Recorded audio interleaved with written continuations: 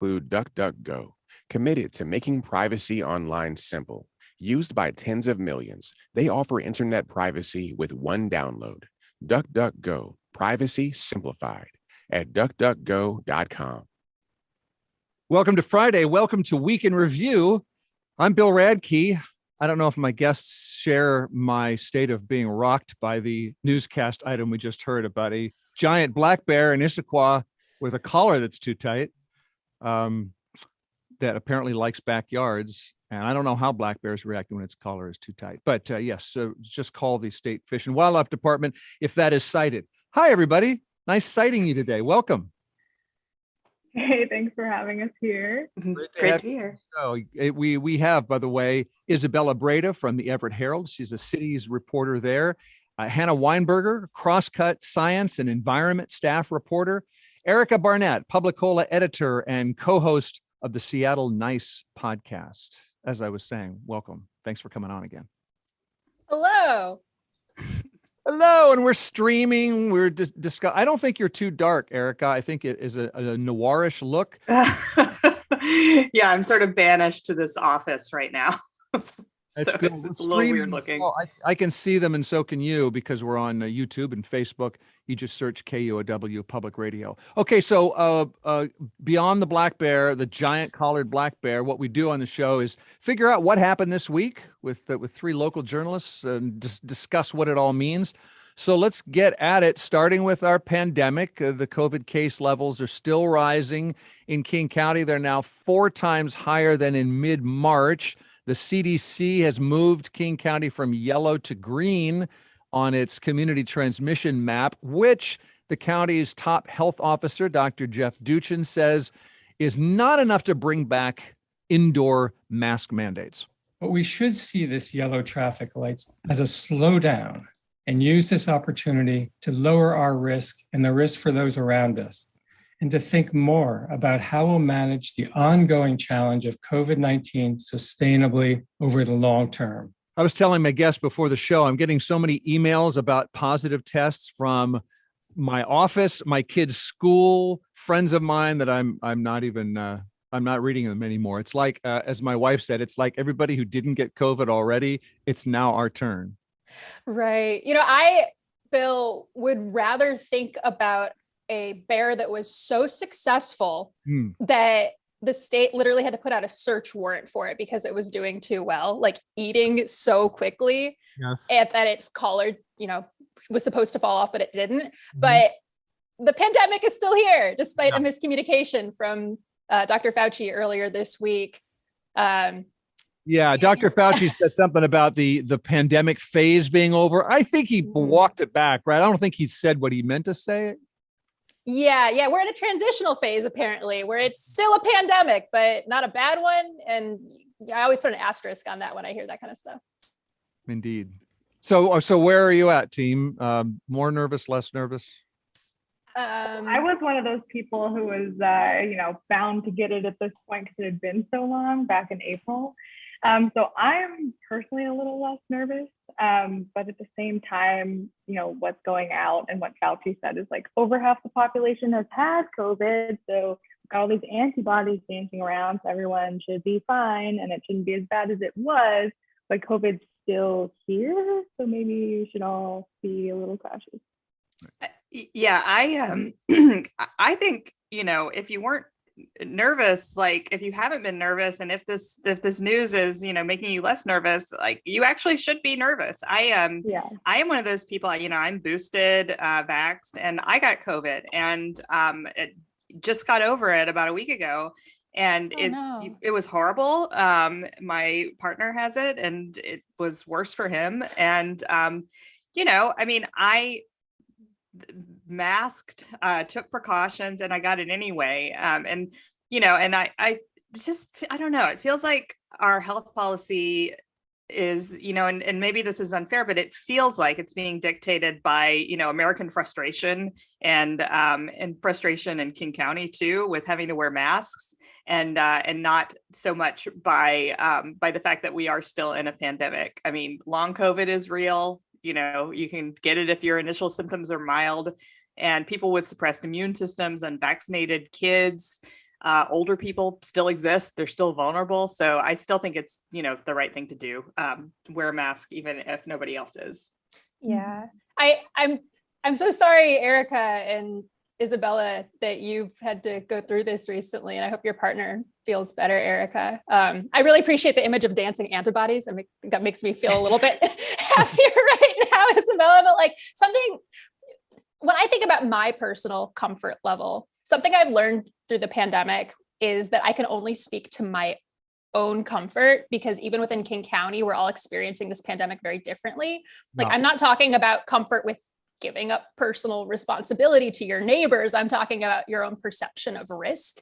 And there are, like Erica was noting, still groups of people who are hospitalized or dying at higher rates than other people, especially older Americans. So am I more nervous for myself at this point in time? A little. I think about my comfort level in a very time sensitive capacity, in that I don't know what's going to be circulating in a few weeks. I don't know what my access to healthcare is going to look like at that point, or even whether contracting Omicron will, or whatever version of Omicron is out and about right now, will still mean long COVID for me. But am I more nervous for vulnerable people? Heck yes.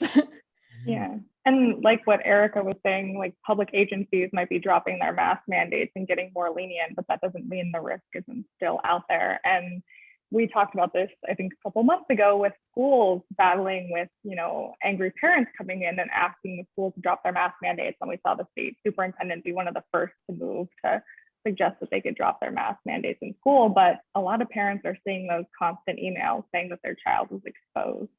Yeah.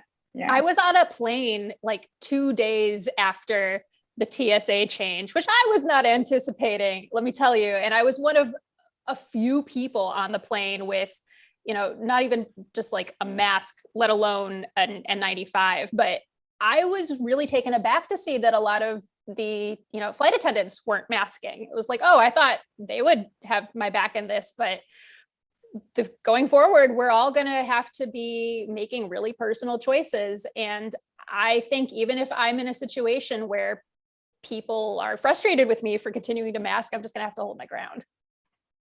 Yeah, and it seems to be a problem of messaging. And I'm very frustrated with the messaging that's coming out, because I think people, hear Fauci and hear Jeff Duchin say, we're out of the pandemic phase, or it's endemic. I mean, that's going to be coming.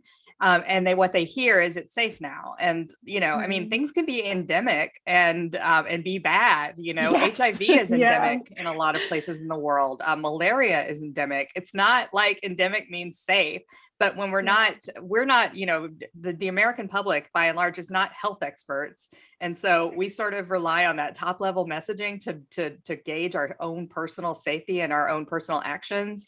And so I think that if anything, it hasn't, it's sort of veered into no alarmism whatsoever, nothing to worry about. Everything is basically back to normal. And that's what people are hearing, and that's what they're acting on. Yeah, I know we've got a lot to talk about, but I want to continue what Erica was saying, where it's like, just because something isn't a pandemic doesn't mean it's not a problem. There are so many externalities with the pandemic. This isn't the only thing that we're concerned about when it comes to a medical crisis. People have been experiencing deteriorating mental health for 2 years now.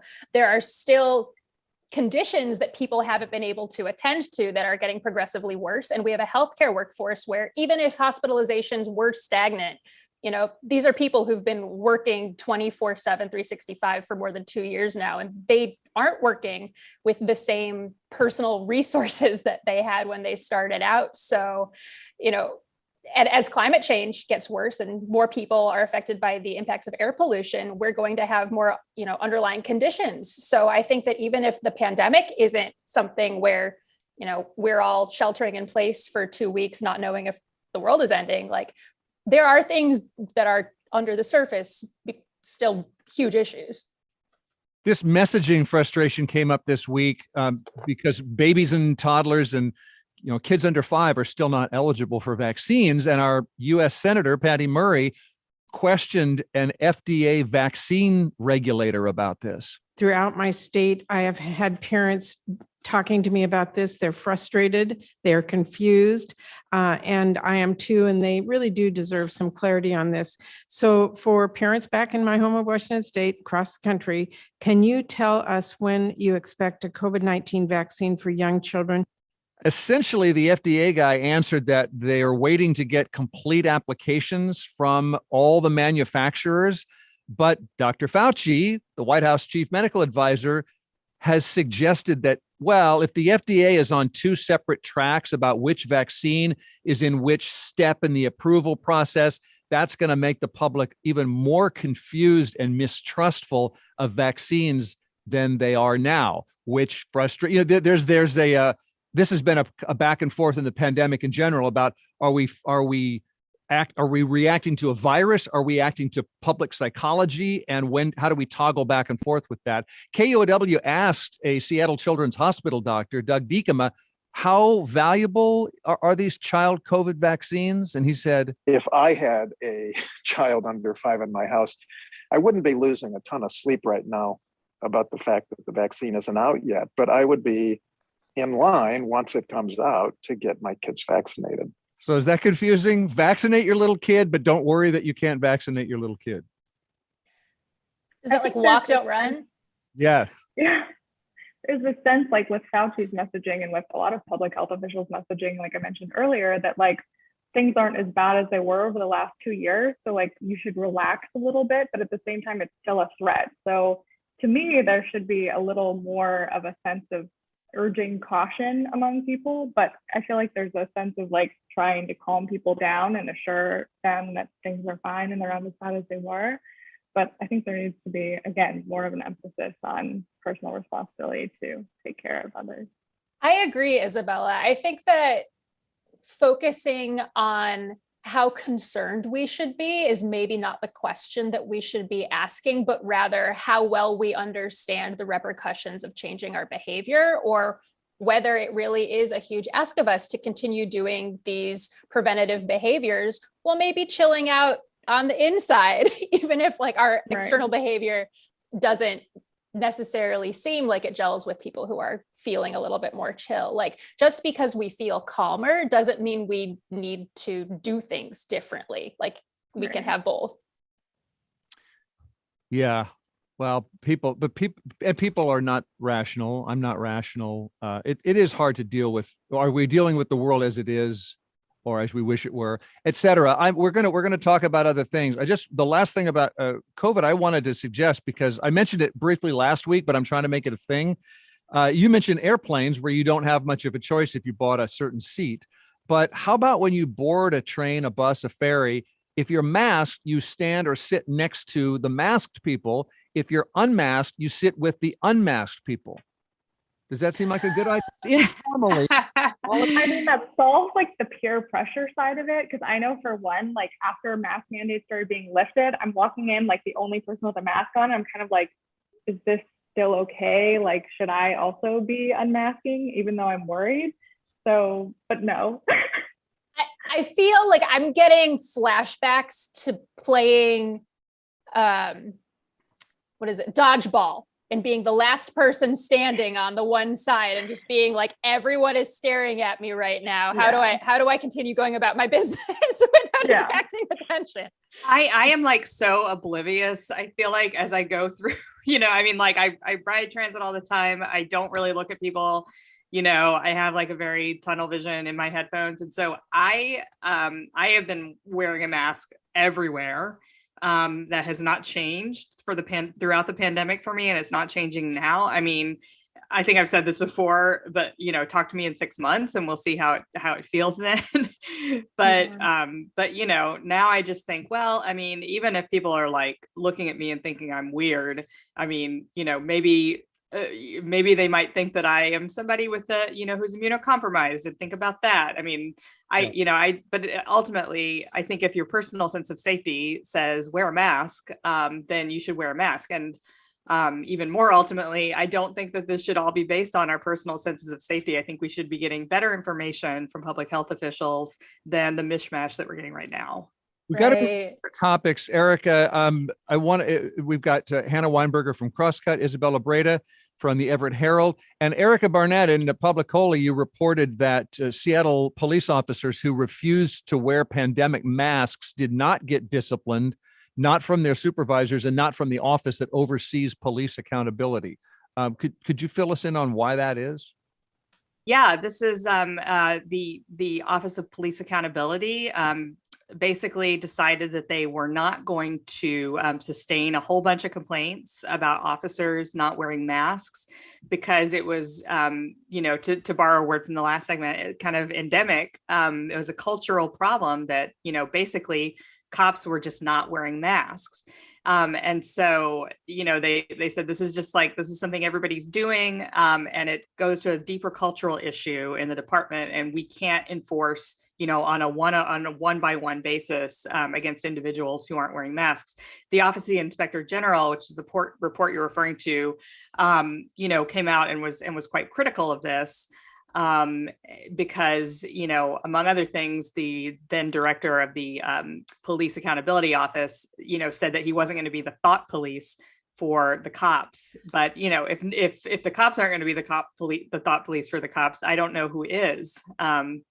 And, these complaints were coming from citizens, people who were getting pulled over. In fact, there was another one that came out after this report, just this month that, somebody got retaliated against or claimed they were retaliated against by an officer because the person who was pulled over asked the officer to please wear a mask when he was, talking into his window, and he refused. And Hannah, you had a question similar to mine about that logic there. Right. I don't cover cops in courts, so maybe I'm wrong, but I would assume that one step to remedying a cultural issue is to actually start holding people accountable, especially repeat offenders, like people getting a slap on the wrist 4 or 5 times, these supervisor actions that Erica's reported on, to send a broad message that something isn't culturally acceptable. And if the issue is so bad that it's beyond OPA's purview, why wasn't it more of a priority? It's like saying oh, COVID is so bad, states can't do anything until the CDC does. What? Yeah. No. Yeah. I mean, I think that, the problem that the OPA identified was it's not just that, officers were doing this, it's that supervisors, who have the ability to some extent to set the culture of the department, didn't do anything either. And a lot of them weren't wearing masks. And so they were setting an example, from almost the very top. I mean, Police Chief Adrian Diaz, sent out a lot of memos saying, you got to wear your mask, you got to wear your masks. But the fact is, people's supervisors weren't wearing masks, captains weren't wearing masks. So it was a top-down problem.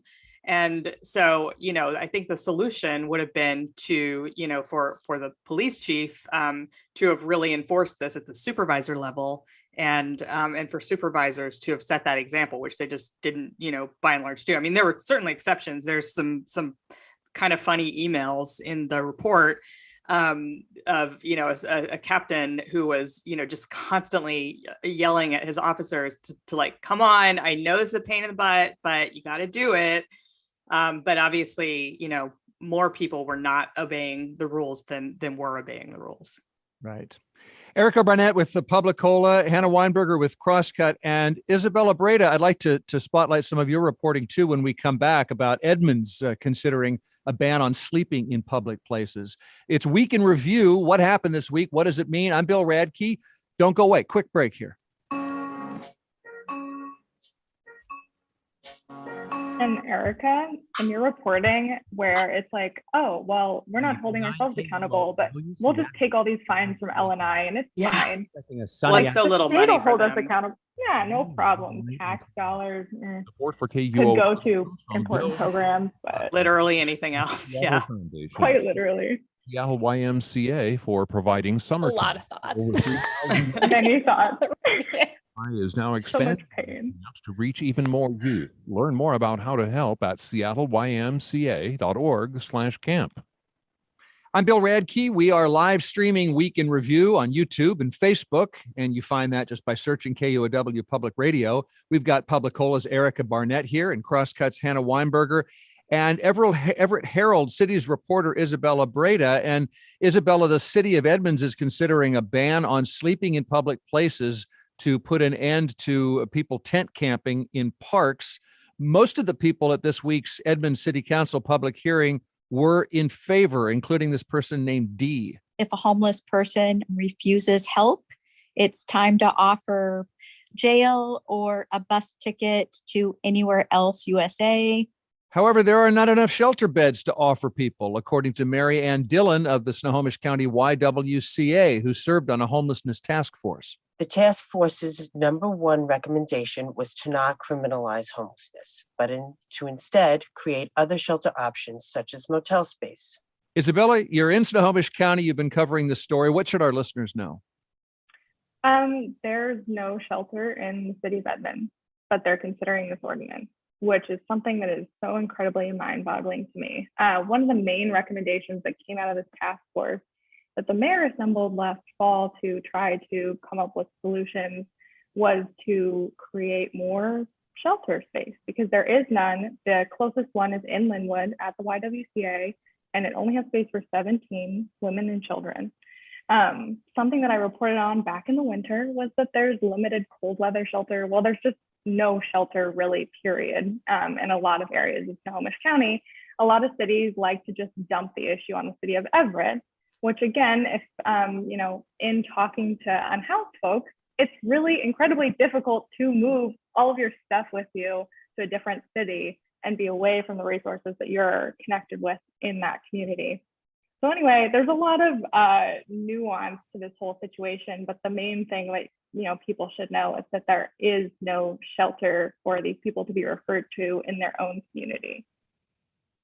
That's wild. I mean, Mark V. Boise says that you have to offer, an alternative. You can't just criminalize homelessness or even require people to move without criminalizing it, without offering an alternative. So how are they getting around that? Are they just saying there is an alternative? They don't have any. They don't have any. So it's de facto. Yeah.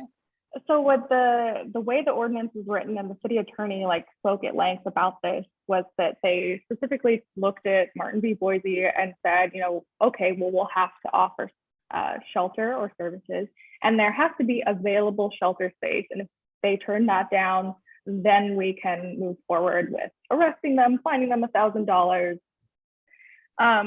However, they didn't set parameters of how far away the shelter space could be. And one council member suggested taking people across the state. So yeah. Isabella, you brought up one of the crucial issues. I mean, there's so many crucial issues here, but at the core of this, offering someone shelter that doesn't serve them isn't helping. And I know a lot of us in the pandemic who are lucky enough to be housed have developed really deep relationships with our, immediate blocks, our immediate neighborhoods, and people might not own something in a geographic space, but we all develop communities where we are, and asking someone to move across the state for a night is a big lift, and it abdicates responsibility for these people who are our neighbors. And something else to note is beyond the fact that there's no shelter space in the city of Edmonds, they're currently relying on a motel voucher program, which is coming from the Department of Revenue's funds, and those might run out. So the one resource that they might have in the community is possibly temporary. Erica, your face. I mean, look, I don't think, Seattle is not great on this, Martin v. Boise front, in my opinion, but I mean, the penalties for this, that I read in your story are ridiculous. I mean, if you violate this law, if you quote unquote refuse shelter, maybe across the state, you get a misdemeanor and up to $1,000 fine, which no homeless person can pay, obviously. So I just, it feels like something it feels like something from the 90s. I mean, frankly, it's so punitive. I live on Mercer Island, where don't they have a pretty similar law? And I don't know, how whether that had to do with how many miles away shelter is, but I think, and I haven't followed it since then, but I think Mercer Island's in a similar situation. Yeah, I think Redmond and Mercer Island have pretty similar ordinances that they passed compared to Edmonds. So. Would you mind telling us what I don't know that you've personally reported on this, and maybe you have, Isabella, but there's another case that came out of Edmonds, got ruled on before our state Supreme Court. I think it was late last week. The Edmonds gun storage law was found essentially to be unconstitutional.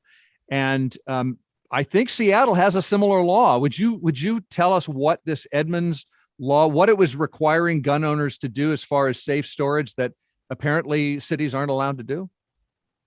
Well, essentially what the state Supreme Court ruling said was just that cities can't enact any ordinances or laws in their city about how people do store their own weapons. So they just have no power to do that anyway. So the mayor's idea initially, Mayor Mike Nelson, was just to create something as a placeholder, since there's nothing at the state or federal level requiring that you essentially lock up your weapons. There have been several incidents where, youth got their hands on guns and someone died, and that personally affected council members on Edmonds City Council and the mayor as well. And so they were just trying to fill a hole there, and then they found out that they can't. Yeah, I don't know why Seattle would be any different. Don't they have a similar lawsuit challenging Seattle's safe storage law? Yeah, and the Second Amendment Foundation was helping. There's 3 Edmonds citizens that were challenging Edmonds law, but it's they're out of Bellevue, and they have a similar pending lawsuit against the city of Seattle. And I think their gun storage law passed in 2018. And I can turn it over to other panelists. They think one place where the Edmonds law went beyond the state requirement had to do with what happens if it's a particular child, as you were saying, gets hold of a firearm. The state law doesn't lay out any restrictions about children, and so neither can a city, I think. Yeah. Mm-hmm. Any questions, comments before we move on from our other journalists on safe storage? I mean, I think that, I don't know what the stats are on like the effectiveness of laws like this, but clearly the stats on suicide are very, are very clear that if you have a gun in the house, it is more likely that there will be a suicide, including among children. And so it does seem like even if you're okay with sort of people leaving their guns out, that restriction about children seems particularly important, and it's a little hard to believe that the state of Washington would restrict that. Isabel, do you have a sense of why the state law passed? Like what maybe this is beyond the scope of that story, but what was the reasoning? Was it just like freedom for gun owners, or was there some evidence that there was like overreach at the local level? Yeah, as far as I know, there's like a state preemption clause that basically says that a city rule on anything surrounding gun storage can't preempt the state's law. Like the state has full control over all gun storage laws, which I don't know. Yeah, that's my understanding. Washington preemption law. Okay, well we'll see what happens in Seattle and elsewhere. On that, you're listening to Week in Review on KOW. We've got Isabella Breda here, cities reporter at Everett Herald, and Crosscut science and environment staff reporter Hannah Weinberger, and Publicola editor and co-host of the Seattle Nice podcast, Erica Barnett, all of whom are on Twitter. If you're concerned about what Elon Musk is going to do to Twitter, you might be a Seattleite. The Seattle Times quoted a market research firm as ranking Seattle number 2 in America for percentage of Twitter users. So first of all, why do you buy that, and why do you think that would be that we're heavy with the Twitter? I mean, no, go ahead, Hannah. I use it because my friends and colleagues can only listen to so many of my puns and jokes, and I will explode if I don't share them. Also, Twitter is my brain's trash heap.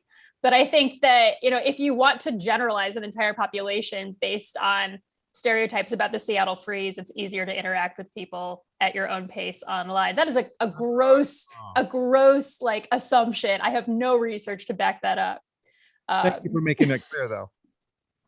I actually kind of want to flip that stat a little bit because the stat was that a little less than a third of Seattle area adults had visited Twitter once in the past 30 days. Yes. And I think what that actually indicates is that most of us are not on Twitter, and those of us who are on Twitter are sort of in this little club of insane people, and who are, maybe, the healthier ones are like Hannah making jokes.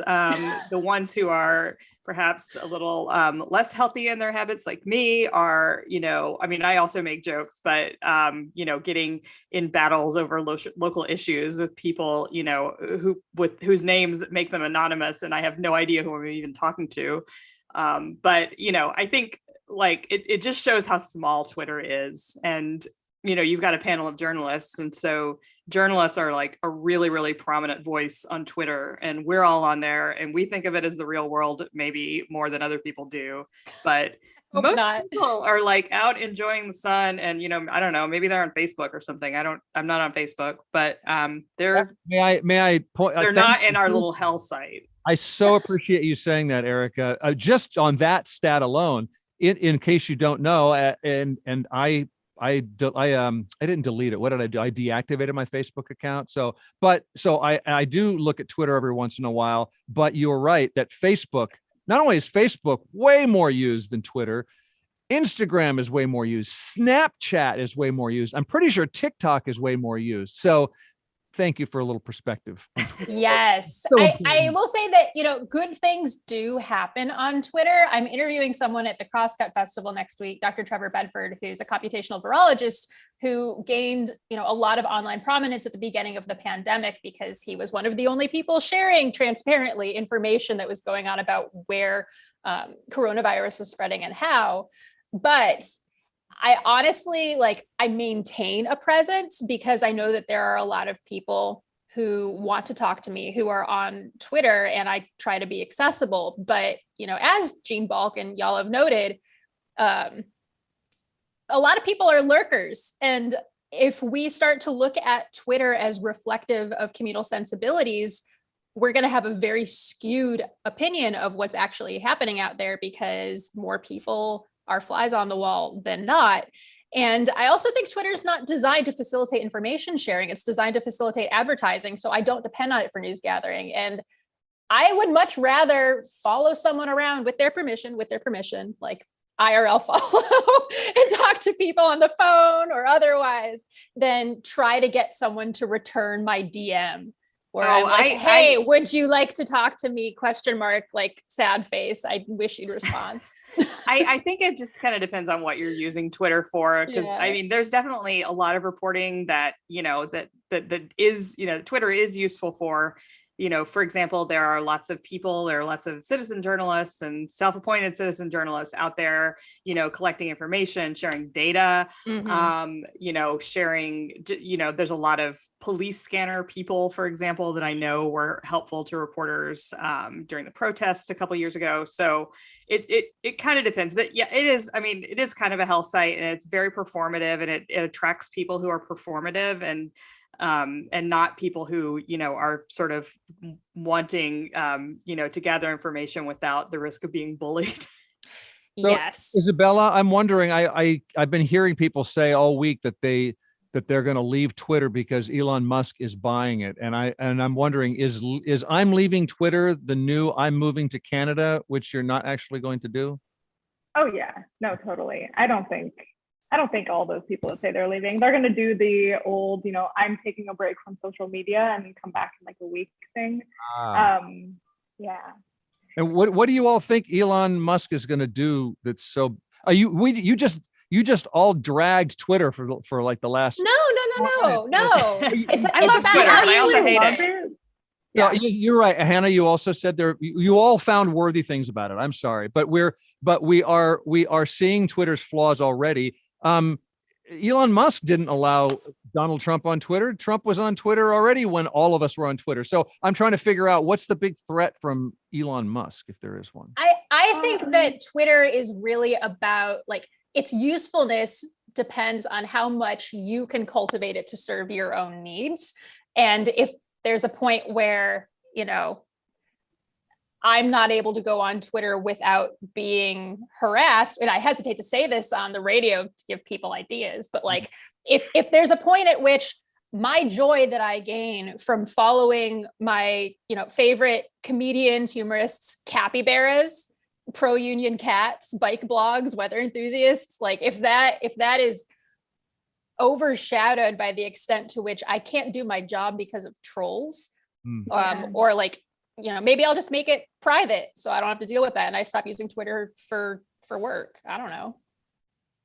I mean, he's saying that he's going to like restore free speech, but like, what does he mean by free speech? I don't know. And that's what's freaky, I think. Yeah, advertising that's a little sketchier. Maybe. It feels like, I mean, honestly, as somebody who does get trolled a lot and does get harassed sometimes, it feels right now like the content moderation is not that much better than it was, when Twitter was a little bit more of a free for all and when they, didn't really have any content moderation guidelines. It is almost impossible to get them to take action against somebody who's, calling you, the worst names or, being racist or sexist or, homophobic. I mean, it's hard already. I mean, it's a hell site. And like, I am on it for reasons that sometimes elude me, but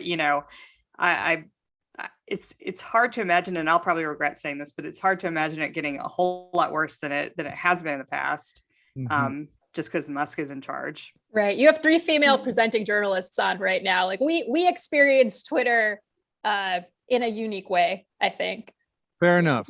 Okay, 2 more questions before we move on. Number 1, who's the Seattleite who's going to start the next Twitter, the next big thing, the next rich Seattleite? Or number 2, Elon Musk called Twitter the de facto public square. Could we have a public square that's owned by the public, like our public library system, instead of shareholders or billionaires? Could we actually do that?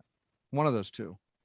Well, I read a really great piece this week from Kevin Schofield over at Seattle Emerald about what it would take for someone to create like a new Twitter.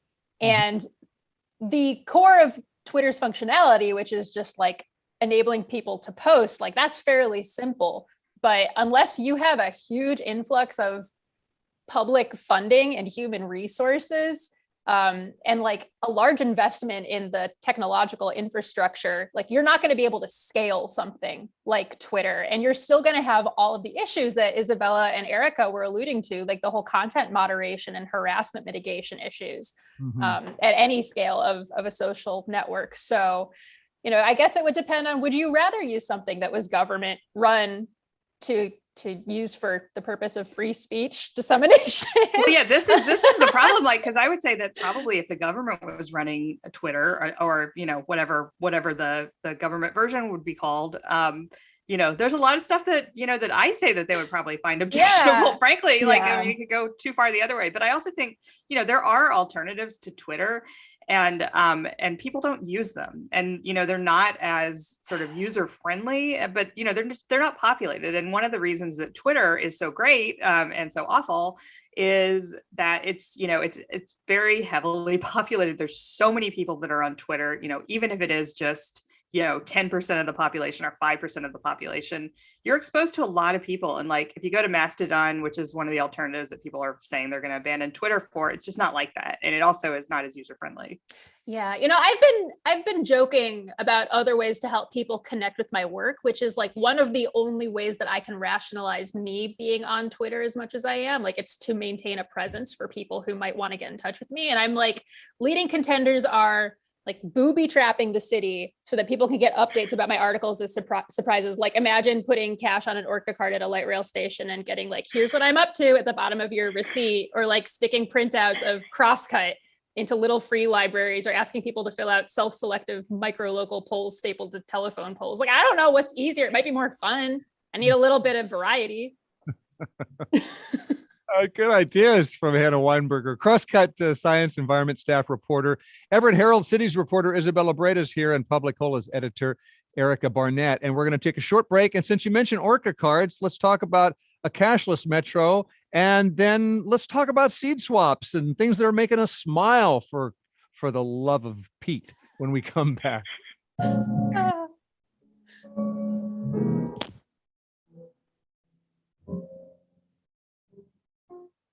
94.9 KUOW, Seattle's NPR news station. On Twitter at KUOW. It's 12:46. We are expecting a sunny afternoon with a high of 60. Support for KUOW comes from Ahimsa Dog Training, positive training for dogs and their people since 2003. Classes in Ballard for puppies, adult, and growly dogs. More information at doggiezen, DOGGIEZEN.com.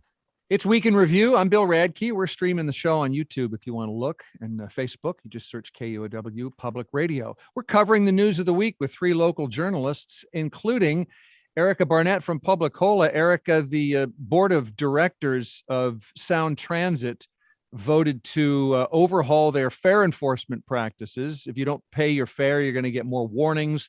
You're less likely to get sent to court. You can appeal. You don't get banned from Sound Transit. Meanwhile, so we could talk about that if you want, but I saw your reporting on Publicola that King County Metro is apparently planning to eventually go cashless, no more paying cash when you board. And I wanted to know from you why that is and what are the pros and cons? Yeah, well, Metro says, and this is sort of an off in the future kind of thing, but they've been studying it and they released a report this month. They say that it's going to speed up transit if they no longer have, the sort of slowdown you get at the fare box when people have to put their cash in, reduce conflicts with drivers over, you only put in 50 cents or whatever. And those are kind of the main, and also their fare boxes are really old. And so they would either have to replace them with new boxes that take cash, or they have to keep fixing them. And there's some interesting stuff in the report about the whole process of fixing these old fare machines, which they can do, but it's pretty janky and they're ancient. They're like decades and decades old. So those are the arguments for. The arguments against are basically that, some people are always going to need to pay cash, including everyone from tourists to people with limited English proficiency, people who are technologically challenged, or can't get to the Orca machines.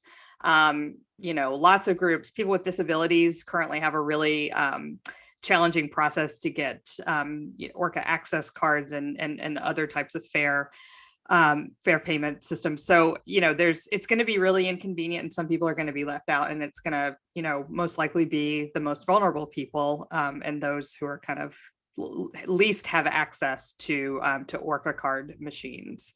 So that's the high, the high level, and they're still considering this. So it's possible that it won't happen.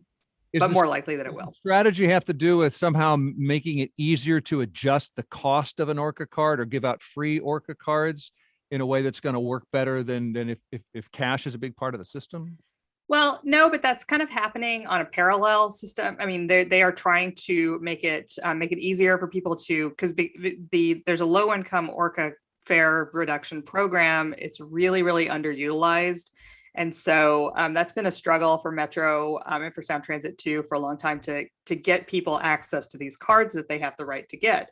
So there's a lot of push, in this report, a lot of suggestions about ways to make that a lot easier. Selling Orca cards, for example, at corner stores, from service providers, just making them more broadly accessible, which, all seems like a great thing.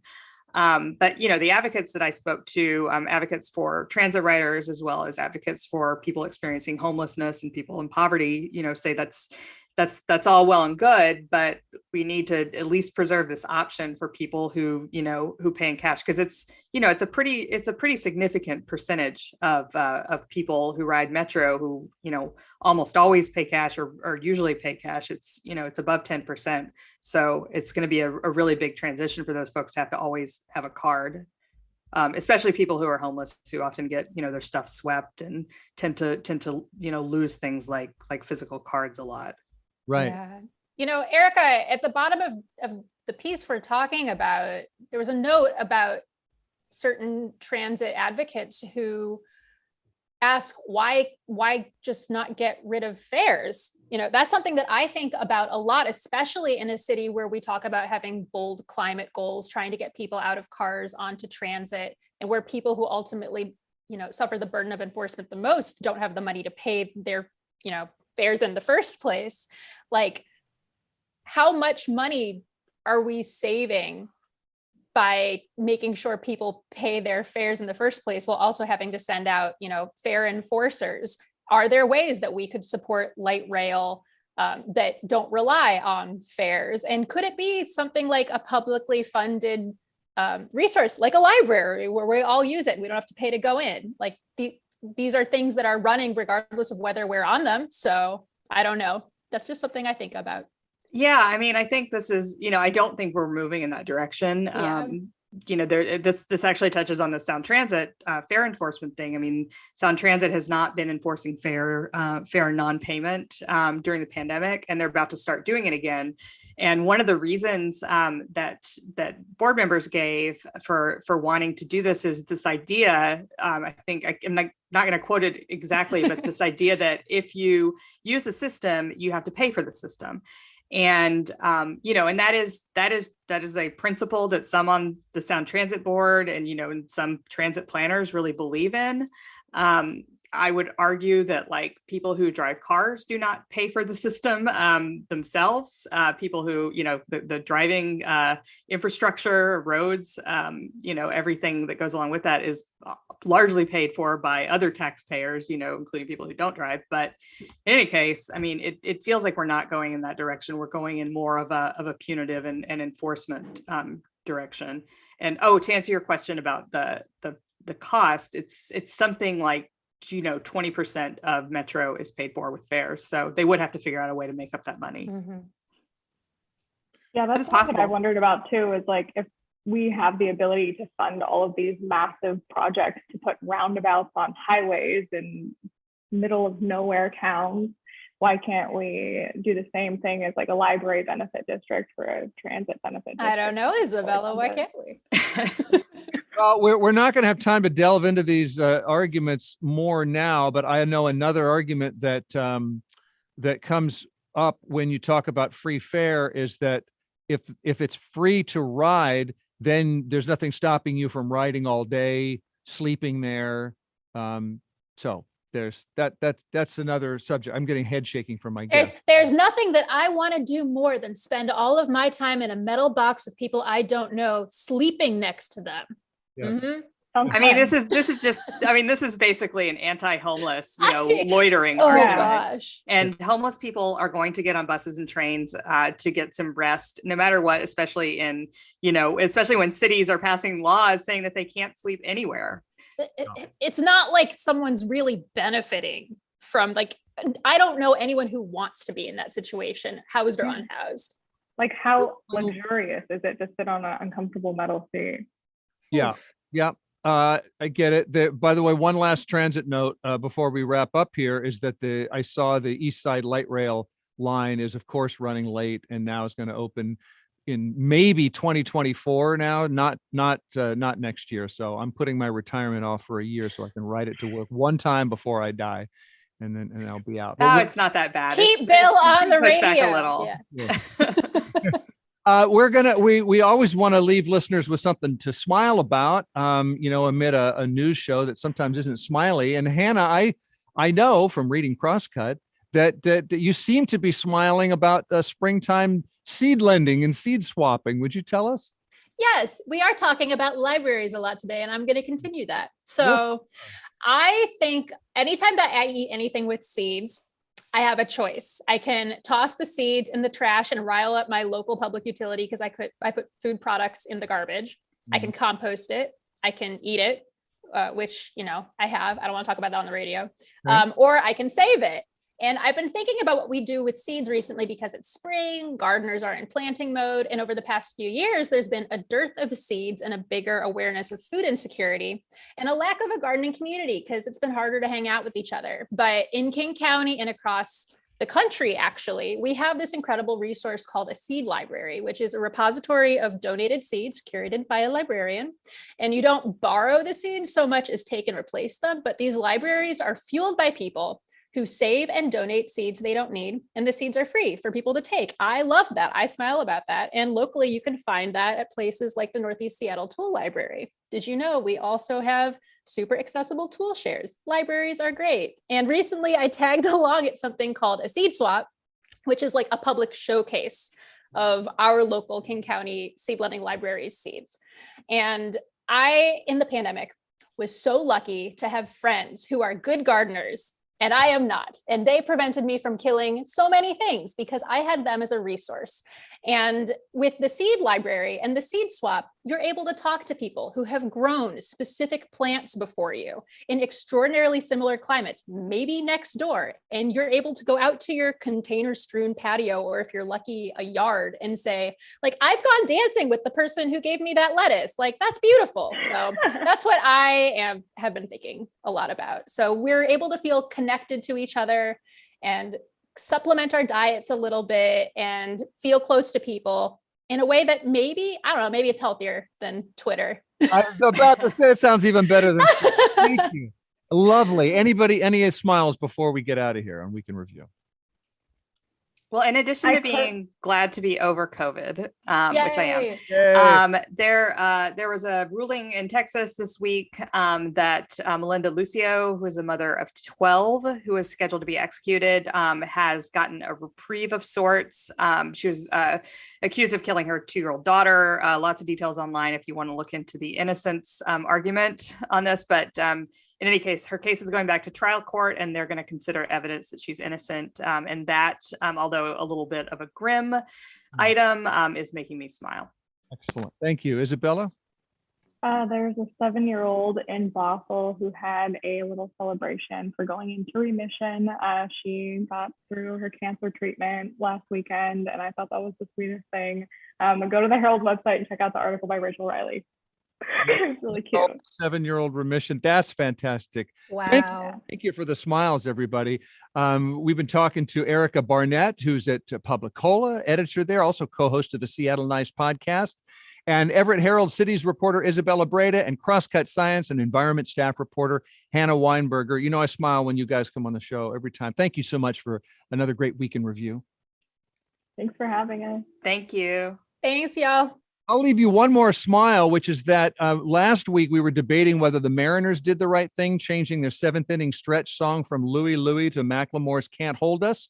And a listener whose name I think is pronounced Coral wrote in to say, since no one can parse the lyrics of Louie Louie anyway, why not keep playing the Kingsmen's dynamic, energetic, roof-removing music and just sub in the Macklemore lyrics along with the Louie tune? What a fantastic idea, Coral. My producer, Kevin Kniestedt, is talented enough to pull that off. So here is the Mariners' new, I think this is going to be coming to the park soon, the Mariners' new 7th inning stretch song. Okay, sounds typical so far. Traditional Louie Louie. We're bringing it back. Return to the Mac. What? What it is, what it does, what it is, what it isn't. Looking for a better way to get up out of bed instead of getting on the internet and checking a new hit. Get up. First shot, pimp strut walking. A little bit of humble, a little bit of cautious. Somewhere between like Rocky and Cosby's for the game. Nope, y'all can't copy up. Woo! Moonwalking in this year is a part. My posse's been on Broadway, and we did it all way. Grown music. I shed my skin and put my bones into everything I record to it. And yeah, I'm on. Let that stage light go and shine on down. Got that Bob Barker suit. Join us again next week for more Week in Review. Stay on my craft and stick around for those pounds. But I do that. KUOW-FM. That was fun. Can I download that? It's like actually not horrible. That's a banger. I got to tweet. I'll tweet that. I'll give Kevin credit. And it'll be up to. I don't know how we're going to make that available, Kevin. I can send it in an email. Oh my gosh. Thank you. I don't know how you made me have fun talking about gun safety, but wow. Thanks. Thank you, guys. Well, love bringing you together. Thank you for coming, everybody. Thank you. Thank you. Good to see you. Have a good weekend, everybody. Yeah, great weekend. You too. Bye. Bye.